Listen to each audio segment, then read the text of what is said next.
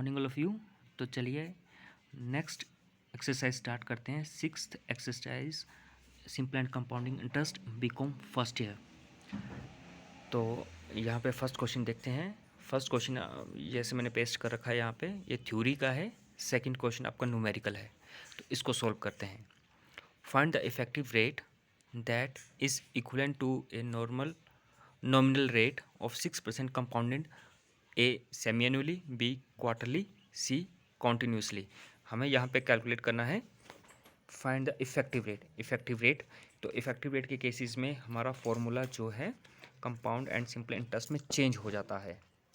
आप देखेंगे effective rate का मैंने फॉर्मूला लिखा हुआ है। दो सिचुएशन होती हैं। पहले होता है if compounding is done m times. आपका जो कंपाउंडिंग है इंटरेस्ट कितने टाइम में हो रहा है, मंथली हो रहा है, क्वार्टरली, सेमी एनुअली या ईयरली बेसिस पे हो रहा है, उस केसेस में हमारा इफेक्टिव रेट होगा RE means effective rate. E stand for effective and R stand for rate. Effective rate is equal to 1 + R divide by M raise to power M minus 1। M आपका जहाँ पे denote कर रहा है, M stands for times. वो time आपका monthly है, quarterly है, सेमी एनुअली है या फिर ईयरली है, तो ये आपका टाइम होगा। पर कुछ सिचुएशन में आपका हो सकता है कंपाउंडिंग इज डन कॉन्टीन्यूसली। आपका कॉन्टीन्यूसली बेसिस पे कंपाउंडिंग हो सकता है। देन आपका फॉर्मूला होगा effective rate of return is equal to E raise to power R minus 1। E की वैल्यू हमें पता है, लास्ट क्वेश्चन में भी हमने शायद देखा था कि E की वैल्यू होती है 2.71828 और log E की वैल्यू होती है 0.4343। तो इसी तरह से अब हम सेकंड क्वेश्चन को सॉल्व करते हैं। सेकंड क्वेश्चन में हमारे पास गिवन है R 6% और हमें क्वेश्चन 3 केसेस में सॉल्व करना है। पहला सेमी एनुअली, क्वार्टरली और कॉन्टीन्यूसली। तो पहले ए पार्ट मैंने सॉल्व कर रखा है सेमी एनुअली। सेमी एनुअली हमें पता है, सेमी एनुअली में एक साल में 2 क्वार्टर होते हैं, 2 हाफ ईयर होते हैं। तो हम इसको 2 में आर जो आपका एम होगा, एम मीन्स टाइम, ये था आपका सेमी एनुअली, तो आपका 2 आ जाएगा। एक साल में 2 छमाहियाँ होती हैं आपकी, तो एम इज इक्वल टू 2।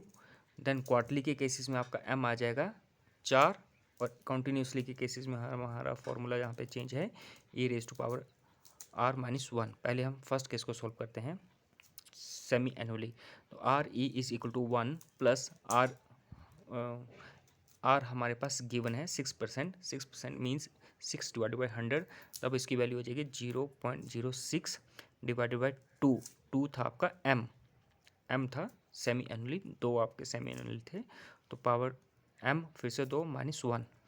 तो इसको अगर हम सॉल्व करते हैं तो हमारे पास वैल्यू ये आ रही है और -1 करके हमारी वैल्यू होगी RE इज इक्वल टू 0.0609। और जब हमने परसेंटेज में आंसर निकालना है तो मल्टीप्लाई 100 और हमारा आंसर आ जाता है। उसी तरह से क्वार्टरली केसेस में, सेकंड केस क्वार्टरली था सॉल्व करने के लिए, तो क्वार्टरली में आपका M हो जाएगा 4, क्योंकि एक साल में 4 क्वार्टर होते हैं। तो M 4 और नीचे भी M 4, बाकी की वैल्यूज़ आपकी पीछे से ही कैरी हो जाएंगी, जो सेम रहेंगी जो गिवन थी आपके पास।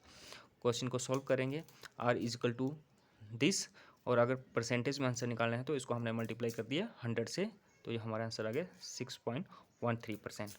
इसी तरह से अब हमने थर्ड केस सॉल्व करना है continuously basis. R E is equal to E raise to power R minus 1।